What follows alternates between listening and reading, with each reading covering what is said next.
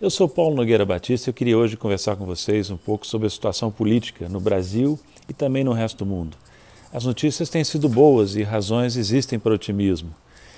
Pode ser que eu esteja sendo otimista demais nos comentários recentes que tenha feito, e muitos intelectuais gostam de lembrar aquela frase muito usada por Gramsci, que é de Romain Rolland, na verdade, escritor francês, de que é preciso combinar o pessimismo da razão com o otimismo da vontade. Eu tenho sérias dúvidas sobre essa frase, tão célebre, tão citada. Primeiro porque, se a razão já é pessimista, a vontade sofre. Na realidade, o pessimismo da razão já é um sintoma de que a própria vontade está decaindo, né? E eu acho difícil que se sustente no longo prazo uma razão pessimista em conluio com uma vontade otimista.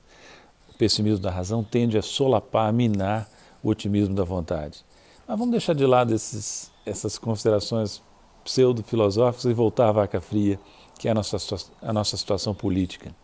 A extrema-direita, no meu entender, começou a refluir no mundo e no Brasil.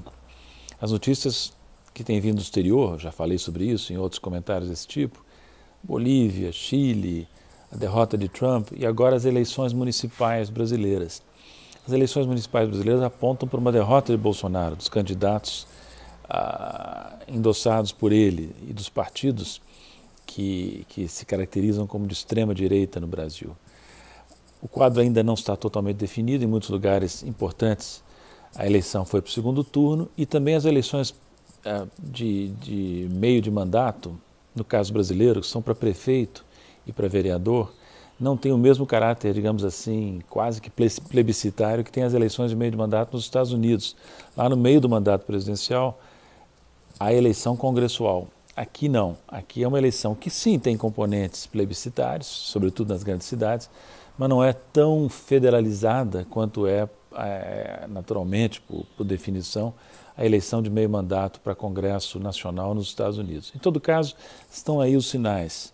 Bolsonaro não conseguiu ter resultados expressivos nas grandes capitais, perdeu em muitos lugares, e fica patente, a meu ver, que a onda, vamos dizer assim, que a extrema-direita começou a bater pino, também no Brasil, e antes no resto do mundo com a derrota do Trump e o ocorrido na Bolívia e no Chile, né?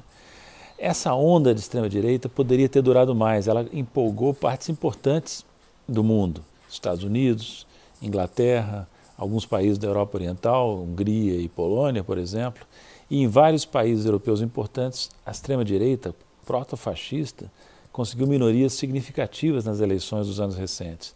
Mas essa onda começou a refluir, como eu disse. E a derrota de Trump foi muito importante nesse sentido. E aqui no Brasil, o insucesso de Bolsonaro nas eleições de meio de mandato. Fica claro que a onda bolsonarista, não digo que terminou, mas sofreu um baque importante. E por quê? Por que a extrema-direita começa a refluir? No meu modo de ver, essa onda poderia ter durado mais, não fosse o fato dela ter se confrontado com uma realidade muito dura, que foi a realidade do coronavírus, da pandemia.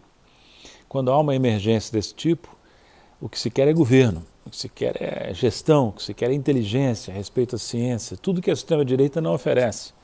O que a extrema-direita oferece é circo, slogans, frases de efeito, bate-boca nas redes sociais, é isso que a extrema-direita oferece no Brasil e em outros países. E aí a população vai começando a ficar desconfiada. Nós precisamos ter governo, nós precisamos ter gente que enfrenta os problemas. O negacionismo não se sustenta com o passar do tempo. E é isso que nós estamos vendo, eu acredito que é o começo de um processo de refluxo que vai se acentuar e que vai, felizmente, atingir em cheio aqui o representante da extrema-direita no Brasil, Jair Bolsonaro.